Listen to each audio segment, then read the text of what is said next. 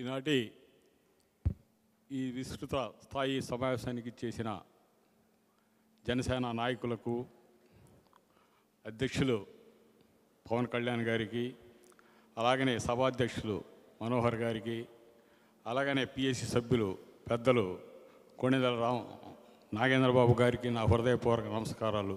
నాది నర్సాపేట నియోజకవర్గం అండి.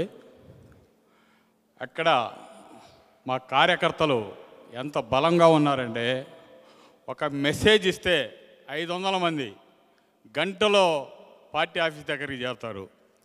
అలాంటి శక్తిగల కార్యకర్తలు నర్సాపేటలో ఉన్నారు.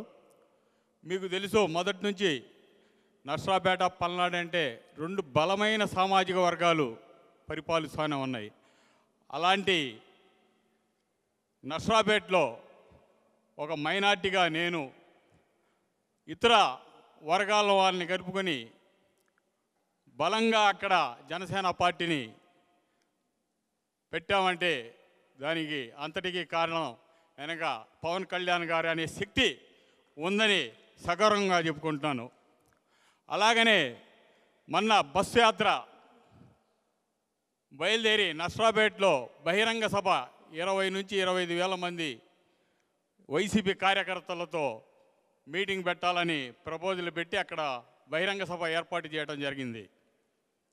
మా కార్యకర్తలందరూ సమావేశమై ఈ బస్సు యాత్ర ఏం సాధించారు ఈ మంత్రులు అని క్వశ్చన్ వేసి వారికి నిరసనగా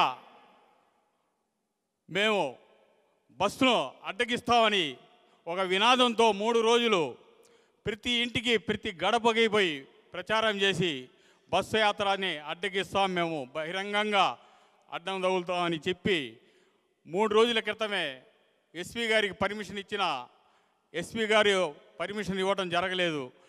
అలాగనే రేపు బస్సు యాత్రనంగా ఈరోజు రాత్రి జనసేన కార్యకర్తలు, ముఖ్య కార్యకర్తలు ఇళ్ళ దగ్గర, నా ఇంటి దగ్గర సుమారు 100 మంది బెటాలియన్తో పార్టీ ఆఫీస్ చుట్టూ ఒక భయానక వాతావరణాన్ని సృష్టించి మా భయభ్రాంతులు చేసిన మా కార్యకర్తలు చివరిదాకా కూడా వెనక దక్కలేదు. అది నర్సాపేట యొక్క జనసేన కార్యకర్తల యొక్క బలం. దీని అన్నిటికీ జనసేన కార్యకర్తల బలం వెనక పవన్ కళ్యాణ్ గారి శక్తి మాకు ఎప్పుడు ఆదర్శంగా ఉంటుందని. జై జనసేన, జై పవన్ కళ్యాణ్.